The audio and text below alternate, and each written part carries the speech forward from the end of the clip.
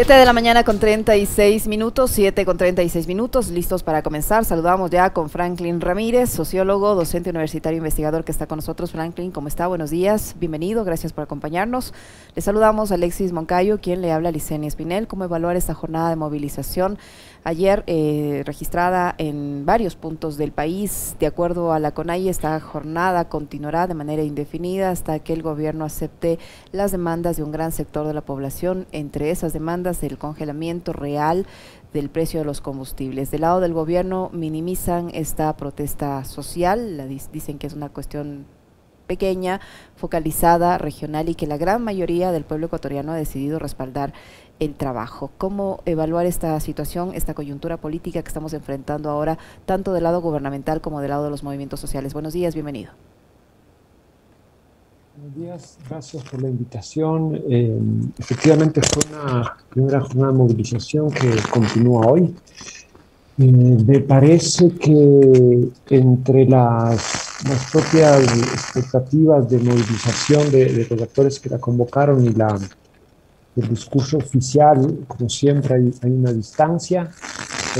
En cualquier caso, fue una movilización importante, que fue el suceso político del día. Los reportes observan que con centralidad en la Sierra Central y en la Amazonía hubo movilizaciones a lo largo del país para la realización de vías. Esto se vio menos claro en el litoral, sobre todo Esmeraldas, Manabí.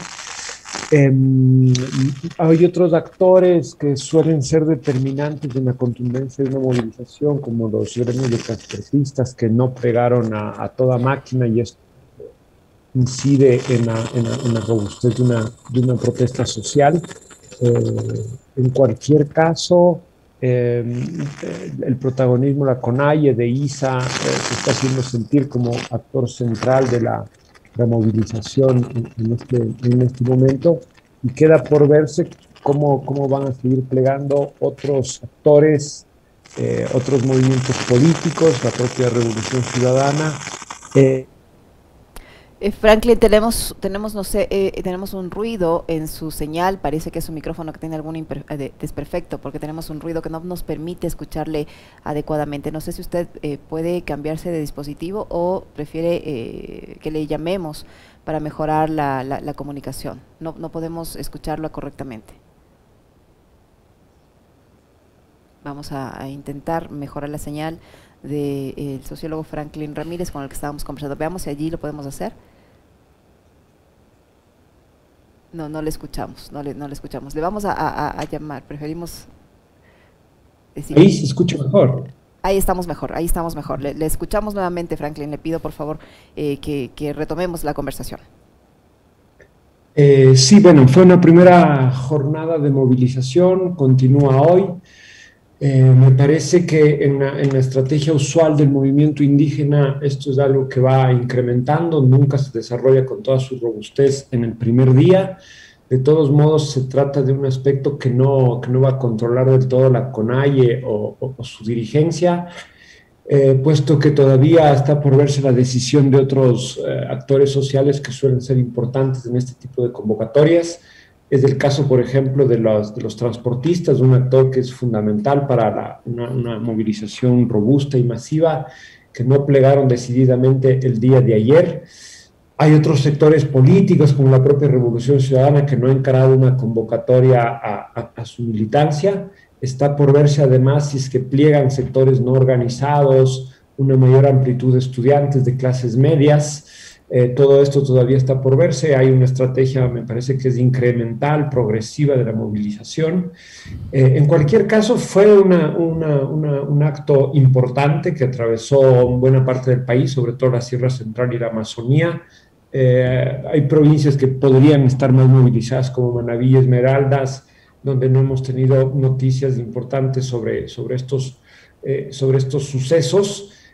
Hay que ver si la estrategia de la CONAIE de ampliar de modo incremental y progresivo la protesta funciona justo en días previos a un feriado. En todo caso, fue una señal de que el movimiento popular, el movimiento social está ahí, y de que hay una intención como decidida de enfrentar como un redireccionamiento de la agenda pública de Guillermo Lasso, que enfrentó una movilización que según ellos no fue fuerte, con una fuerza excesiva.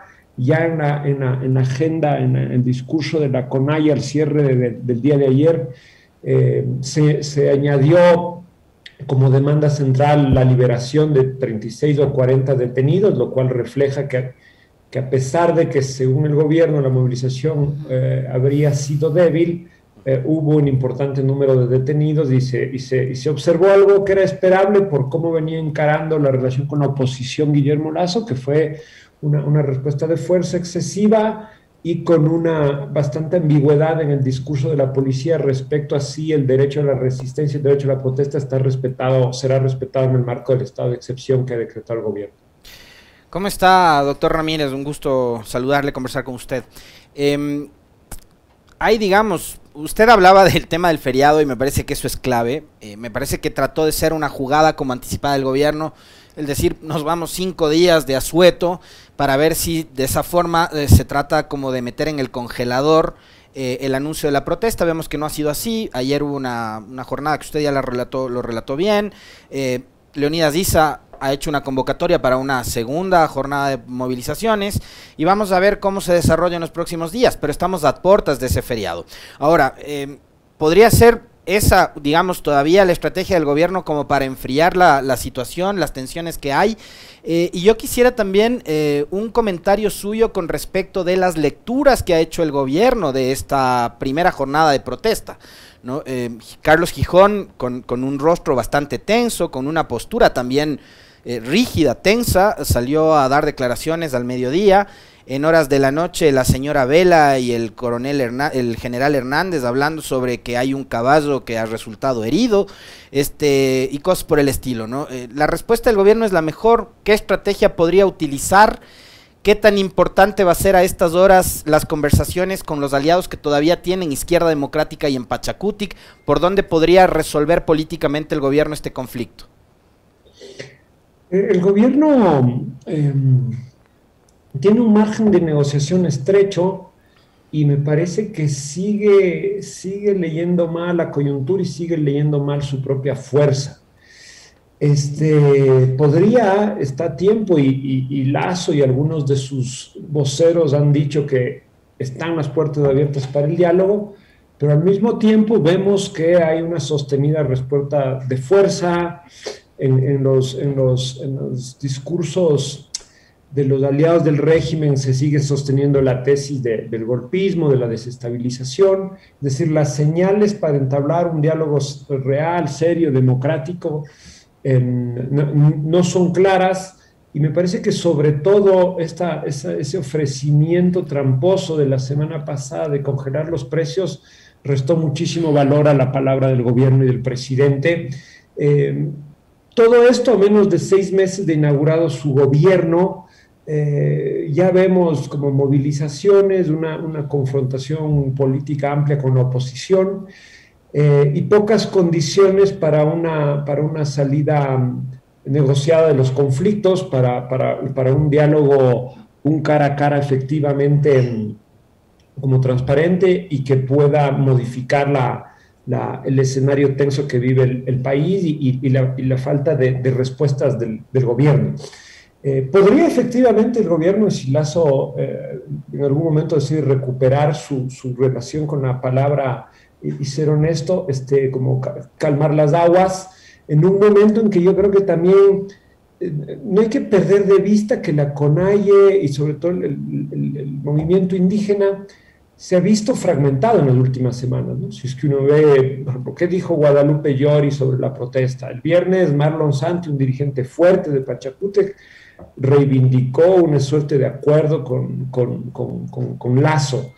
Hay otros dirigentes que están y asambleístas que están negociando directamente con el gobierno. Entonces me parece que hay un subtexto detrás de la movilización que tiene que ver con cómo el discurso de Issa y de la CONAIE logra hegemonizar, logra imponerse a un movimiento fragmentado, a un movimiento que en parte le ha dado cierta gobernabilidad a Lasso, a un movimiento que en la Asamblea ha recibido ya uno de los proyectos de ley urgentes que el gobierno pretende pasar.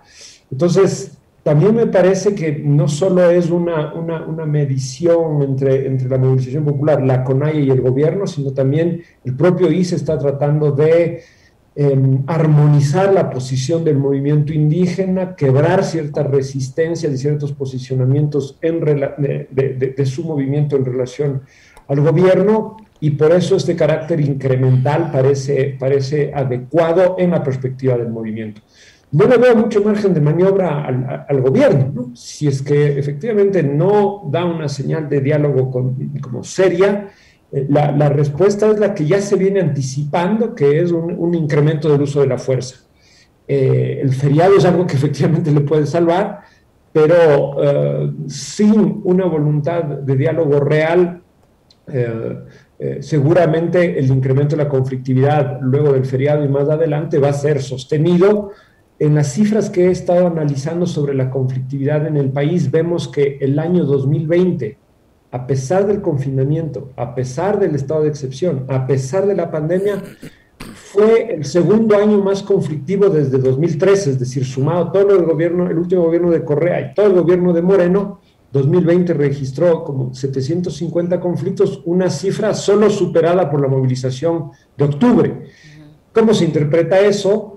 Que la dinámica de ajuste, la política económica, la desestructuración del Estado, el padecimiento social está siendo respondido hasta ahora de modo disperso y fragmentado en las calles, y si es que este escenario continúa como efectivamente está continuando, la agenda de la austeridad, la agenda del Estado mínimo, la agenda de la devastación de derechos, con o sin la CONAIE, esa conflictividad va a continuar, y la pregunta más bien tiene que ver con cómo se puede seguir articulando esa movilización social, cómo puede tomar una forma política hacia adelante, ¿no? Ahora hay una respuesta con el liderazgo de ICE y de la CONAIE. Hay otros sectores, concretamente la Revolución Ciudadana, que han tenido una respuesta muy ambigua respecto a esta movilización y lucen desconectados de lo que está sucediendo, pero que pueden ser un actor central también hacia adelante para ver si efectivamente se consigue un redireccionamiento de la agenda pública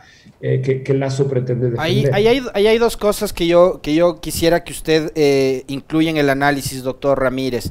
A ver, una, entendería que la postura es tan ambigua de la Revolución Ciudadana. Claro, uno también creería que la coyuntura da para que estratégicamente la Revolución Ciudadana, que luce hoy como la principal fuerza política de oposición, y de hecho la principal fuerza política de este país, cobre un poco más de vigor, un poco más de oxígeno en esta coyuntura en la que está tan complicado el gobierno. El presidente Lasso, que yo en eso coincido absolutamente con usted, tiene una lectura bastante frágil de la coyuntura. Pero ¿no será quizás los rezagos de octubre del 2019, en donde otros pusieron, digamos, la protesta, la violencia y demás, pero fue la Revolución Ciudadana la que puso los presos? Es decir, se generó una cacería de brujas que hoy puede estar generando esta actitud más mesurada, para algunos tibia, dicen, ¿no? Ayer sacaron un comunicado respaldando el derecho a la protesta y demás, pero no se ve precisamente una exposición mucho más pública. Han tomado otro camino, más político, más diplomático, si se quiere, el de ir por los juicios políticos al procurador, al contralor, etcétera, etcétera. Y hay un tema adicional. Aparte de esto que usted acaba de señalar, yo quisiera sí que incluya el debate, en el debate lo que pasó en octubre del 19 con respecto de la actitud más mesurada de hoy, pero adicionalmente a esto, doctor Ramírez, el gobierno está teniendo un respiro con esto de las protestas, porque lo de los Pandora Papers está pasando también por debajo de la mesa, ¿no? Entonces el presidente está teniendo ahí una suerte de respiro. Sí, efectivamente, lo de octubre de 2019, yo diría todo el proceso de instrumentalización política de las instituciones de justicia es algo que opera y que está en el trasfondo de cómo el Estado ecuatoriano se ha relacionado con los actores de oposición y con los movimientos. Y me parece que los usos políticos del miedo quizás sí los ha comprendido bien Lasso y el gobierno, puesto que su discurso antes de estas jornadas de movilización se mantuvieron en el tono con el que cerró Romo, Moreno y compañía, ¿no? Es decir, esta idea de asociar la movilización con la desestabilización, esta idea de hablar de la oposición como conspiración, esta idea de no admitir el conflicto en el juego democrático, en un gobierno que tiene un aliado firme en la fiscalía, ¿no? Ayer convocaron a Isa para declarar cuando se abrió la polémica de Pandora Papers, rápidamente se llamó a Arauz también, como se acusó, es decir, en un contexto en que la fiscalía y los aparatos de justicia son cercanos al poder, ese discurso sobre la protesta forma parte de la construcción política del miedo que efectivamente yo creo que condiciona mucho la respuesta de diversos actores y en concreto de la Revolución Ciudadana, ¿no? La experiencia de la persecución, del encarcelamiento, está ahí. Yo creo que también juega para otros actores y eso es como unas razones absolutamente legítimos para una posición más moderada más ponderada, diría yo, respecto a la coyuntura. Dicho esto, esto no explica, me parece a mí, todo el posicionamiento de la Revolución Ciudadana. Hemos visto que después de la derrota de abril, su lectura de la coyuntura prácticamente ha quedado cancelada. Vimos una posición bastante errática de Arauz, apareciendo, desapareciendo, apareciendo otra vez. Vemos que la convención no fue una apertura a la ciudadanía, sino un diálogo bastante cerrado. Entonces me parece que hay una serie de posiciones erráticas que se están como quizás ratificando, más allá de que efectivamente el temor a la persecución, a la judicialización existe y está jugando, ¿no? Porque el Estado ecuatoriano sigue operando con ese frame, con ese marco. La Revolución Ciudadana no termina de decidir qué tipo de oposición quiere ser y me parece que eso está pesando en su estrategia general más allá de estas movilizaciones. Y es un debate que deberá resolver hacia adelante porque puede quedar aislada de esta dinámica del conflicto y de las demandas sociales que sí se están dando. Entonces, el peso de octubre de 2019 efectivamente está ahí. No hay que olvidar que de algún modo la demanda de ahora de revisar las tarifas de los combustibles es una continuidad de la demanda por el fin del decreto 883, ¿no? Entonces no es solo, hay una suerte de persistencia de la memoria colectiva respecto a un suceso que supuso no solo un golpe económico, sino una afrenta simbólica y política al campo popular, al movimiento popular, y eso está en juego de modo importante ahora. Insisto en que hay que tener como mucha capacidad de observación de cómo otros sectores no organizados, ¿no? Porque el Ecuador no es un país de un sindicalismo muy fuerte, si no es del movimiento indígena y los transportistas,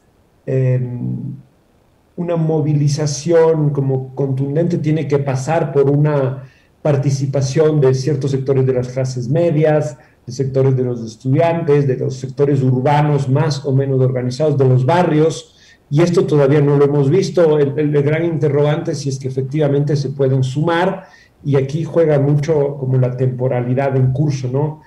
Como bien dices, Alexis, el gobierno me parece que anticipó bien la jugada e hizo un feriado larguísimo para enfriar lo más posible las calles, pero yo no creo que esto sea algo que se vaya a decidir en estos días, ¿no? Doctor Ramírez, yo tengo dos inquietudes. La una, relacionada, usted decía que había ambigüedad en la bancada de UNES. Quien no ha tenido ambigüedad ha sido, por ejemplo, el ex candidato presidencial Yacu Pérez, quien sí ha estado participando en la movilización en persona aquí en la capital de la República uniéndose a la protesta social, y él de todas maneras yo creo que este escenario le puede servir para ratificar su posición política en eventual electorado, porque está allí dando la cara, apoyando una movilización popular por un lado. Por otro, ¿qué posibilidades o qué credibilidad puede tener este llamado al diálogo que insistentemente hicieron ayer tanto la ministra de Gobierno, el vocero del Gobierno, el señor Gijón, el mismo ministro de Defensa, cuando vemos que no se está jugando limpio? Y no se juega limpio porque se ofrece un congelamiento, primero aumentando el precio de los combustibles, porque se dice que se pone un estado de excepción para combatir la delincuencia y se lo utiliza para contrarrestar una protesta, porque se infiltra personas de la Policía Nacional y militares en una protesta para causar desmanes, y terminan personas vestidas de civil, policías vestidas de civil deteniendo a jóvenes, a ciudadanos que estaban participando en una protesta, hasta cuando lo detienen de manera pacífica. ¿Cómo creer en ese diálogo si las posiciones están tan marcadas? Sí, sí, me parece que Yacu Pérez quiere reconectarse con el campo popular, con el Frente Popular, con el Parlamento de los Pueblos, y está marcando una posición clara al respecto, en un contexto en el cual él ha decidido crear su fuerza propia, pero estamos viendo precisamente esa plasticidad que tiene cierta dirigencia indígena. El caso de Marlon Santi es el más como revelador al respecto. No puede decir a la mañana que pactó con Lazo y a la tarde salir con Isa y decir que la revolución está en curso. Hay una plasticidad que después tiene inconvenientes, pero después también es un recurso de movilización, y que hay que irlo entendiendo en la lógica de un sistema político que siempre ha tenido cierta capacidad de negociación, de actores que cambian de posición, de camiseta. Esto está ahí. Entonces me parece que Yacu Pérez está volviendo al campo del cual emergió, y se está resituando sabiendo que como el principal actor de oposición está girando en torno no al Pachacútec, sino a la CONAIE, y esto es súper importante, ¿no? Porque la CONAIE está tratando de rebasar, de resituarse en relación al Pachacútec y de colocarse como el principal interlocutor del gobierno. El gobierno, por su lado, quisiera que sea Pachacútec su interlocutor, y ahí hay un juego de fuerzas interno que me parece que es el subtexto detrás de esta movilización, ¿no? Esto es muy importante. Un segundo aspecto que se me pasó hace un momento: yo no estoy seguro que lo de Pandora Papers esté pasando como a un segundo plano por la movilización. Efectivamente, me parece, y esto es sumamente relevante, es como, hay que ver cuánto se ha politizado el tema a nivel popular, cuánto conocimiento, cuánto interés genera aquello. Por lo pronto, la agenda que están posicionando los sectores del movimiento indígena, el Frente Popular, que en estricto rigor es la alianza Pachacútec ex de MPD, que ha venido como estabilizando desde años atrás, pero estos sectores están construyendo un discurso asociado a la crítica al ajuste, a la crítica a la política neoliberal, a la del fondo, a la pérdida de capacidad adquisitiva de los actores sociales, que parece efectivamente como la demanda central en un momento de crisis social tan grande. Entonces, lo de Pandora Papers, lo de la evasión fiscal, no aparece aún, digo yo, como una demanda central a nivel social, como una preocupación ciudadana generalizada. Pero hay el intento acertado, diría yo, de Revolución Ciudadana, de que esto no deje de procesarse a nivel institucional. Arauz y otros sectores lo han posicionado con muchísima fuerza a nivel del debate público. Esto va a tener esto no es algo que se resuelve rápidamente, hay un procesamiento institucional, unos tiempos, y hay que ver cuánto espesor político adquiere.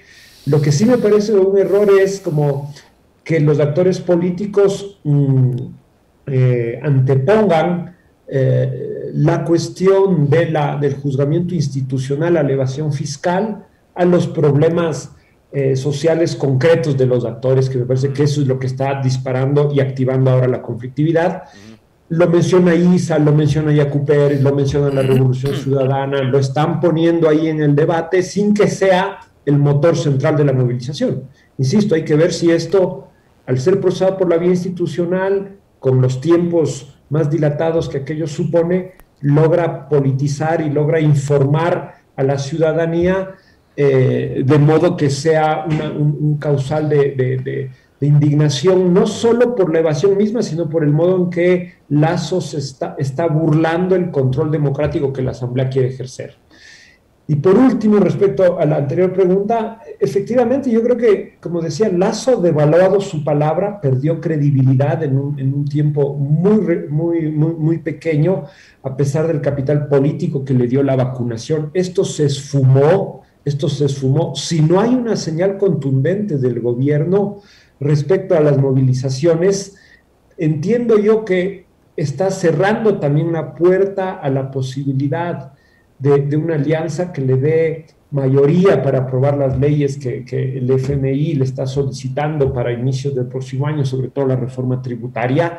Hay un encadenamiento entre el modo en que se va a resolver esta conflictividad social y la votación que se viene, ¿no? Entonces ahí me parece que también el actor que es dirimente respecto a esa ley es Pachacútec, y ahí el modo en que se resuelve esta movilización puede condicionar esa forma más o menos fragmentada o errática del bloque indígena, es decir, está con el gobierno, no está con el gobierno, está siendo jalonada por Issa, está siendo jalonada por Yori y por Santi.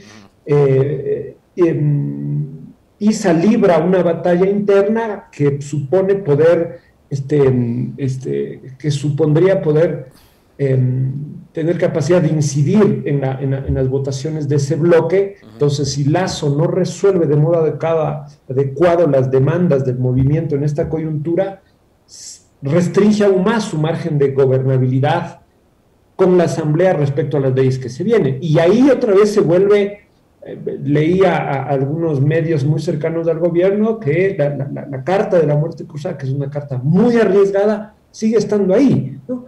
¿Qué pasa si es que el gobierno el día de hoy decide, bueno, vamos a volver a revisar el precio de los combustibles y lo vamos a congelar al momento en que nosotros llegamos al gobierno? Que es una opción. Si no da una señal de este tipo, me parece que estrecha aún más su margen de maniobra, y lo que va a quedar son dos vías, veo yo, ¿no? Una vía de gobierno efectivamente autoritaria, o la salida institucional que supone la muerte cruzada, la consulta popular. No veo por dónde más hay margen de maniobra para el gobierno, no se ve. Estamos en ese escenario, todavía hay un espacio de negociación democrática, punto uno. Punto dos, esta doble alternativa de una continuidad autoritaria o de una salida institucional como la muerte cruzada. Esto está en juego, ¿no? Está en juego, efectivamente. Yo voy a discrepar un poquito con la afirmación que hacía Licenia hace un momento, de que al que no se le ve ambiguo es Yacu Pérez. De hecho, la ambigüedad de Yacu Pérez creo que es histórica, porque él en las elecciones anteriores dijo que prefería un banquero que un dictador o que una dictadura. Se ha mostrado ambiguo, indudablemente. Se mostró ambiguo en las protestas del 2019, cuando no salió de frente. Se mostró ambiguo cuando ocurrió el golpe de Estado en Bolivia en contra de Evo Morales, y él, perteneciendo a la dirigencia indígena del Ecuador, salió a respaldar el golpe de Estado contra Evo Morales en Bolivia. Entonces yo sí creo que Yacu Pérez es un personaje político ambiguo, pero que probablemente es uno de los que hoy entra en disputa en ese espacio político que cita precisamente nuestro invitado. El doctor Franklin Ramírez habla de ese espacio en disputa en una organización que podría ser la que capitalice este momento, este escenario. Es el movimiento indígena, por eso está Issa, por eso está Marlon Santi, por eso está Yacu Pérez, y creo que muy detrás de ellos, y con mucha tibieza y también con las pocas luces que aparentemente tiene, estaría la presidenta de lo que es o debería ser el primer poder del Estado, que es la Asamblea Nacional, la señora Guadalupe Zori. Ahora, mientras Pachacútec tiene todos esos cuadros, y podríamos sumarles otros, doctor Ramírez, como por ejemplo Salvador Quispe, que ha sido una de las voces más que más ha sonado desde la bancada de Pachacútec en los últimos días. Más firmes. Por otro lado, tenemos una ausencia de liderazgo súper fuerte. A la Revolución Ciudadana, y usted decía hace un momento, no terminan de definir qué tipo de oposición quieren ser. Me parece que le sigue pesando y mucho la ausencia de Correa. Y la ausencia de Correa y la distancia que tiene Correa hoy con el país, me parece que no es solo en distancia física, sino también en no saber y en no conectar con la realidad de este país. Creo que los socialcristianos están atravesando por un momento similar, a pesar de que su líder está acá, es un actor político vigente, pero yo sí me quedé con algo que me quedó sonando en la cabeza de la entrevista que tuvimos con el Pichi Pérez días atrás, de que Nebot estaría en las horas más bajas de su vida política y casi ya en el ocaso de su carrera política. Entonces, evidentemente hay una ausencia de liderazgo, y hay una ausencia de liderazgo que también es muy marcada en un gobierno que tiene al presidente Lasso como único vocero, y que no hay tampoco otra figura que venga a reemplazar al presidente Lasso. Vemos también una postura de un vicepresidente, un segundo a bordo, muy lejano de la actividad política, del quehacer político. Y tampoco es que veo en Guillermo Lasso un gran líder. Entonces, yo sí noto una ausencia de liderazgo, más allá de estas caras visibles, de estos nombres muy visibles del movimiento indígena. No sé cuál es su opinión, si su lectura es distinta a la mía. No, a mí me parece que cuando citaba estas cifras del 2020, donde es una conflictividad como muy importante, no estoy diciendo que es la más importante después de la de 2019, en un año de pandemia, de encierro y tal.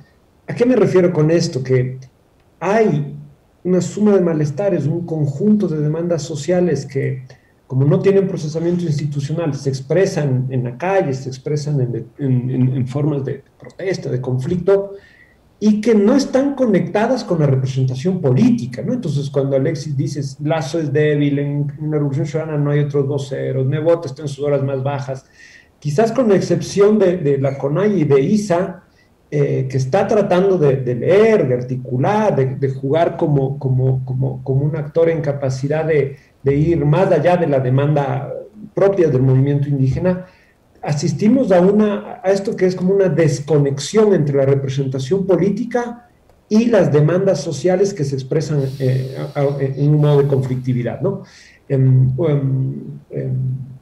Esa desconexión explica la debilidad de la representación, explica la debilidad de los portavoces, de los aparentemente actores políticos más consolidados, y tiene que ver con la crisis más orgánica del Estado y del juego democrático en este momento, ¿no? Esto es, efectivamente, no es simplemente como Nebot está débil, Correa está, sino que el conjunto del sistema de representación política se está viendo rebasado tanto por una conflictividad social dispersa, fragmentada, inorgánica, cuanto por una situación de crisis social que revela un padecimiento enorme de la sociedad, ¿no?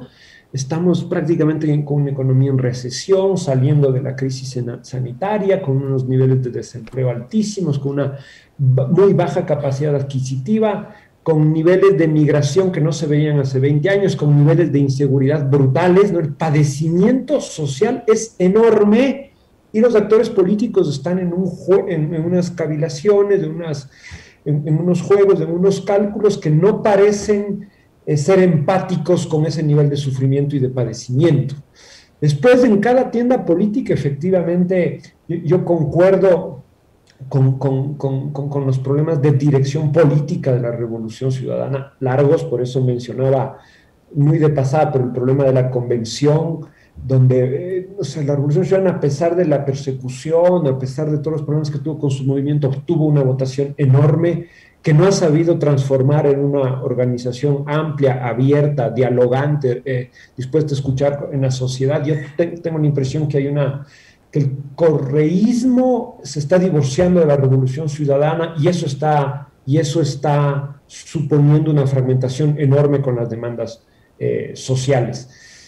Vi los estudios de Santiago Pérez, y también uno puede concluir que Jaime Nebot está muy golpeado porque le puso a Lasso, porque se peleó con Lasso por diversas razones, pero me parece que él tiene una lectura de la coyuntura, él está conduciendo a su movimiento y tratando de jugar a no ser visto como una oposición radical, pero a lograr reconducir también a Guillermo Lasso, a recomponer el pacto que hubo y al cual Nebot siempre se refiere, más allá de la popularidad de Nebot. Él es un líder político que claramente me parece que es el que está haciendo un ejercicio de lectura, yo diría, lo más estratégico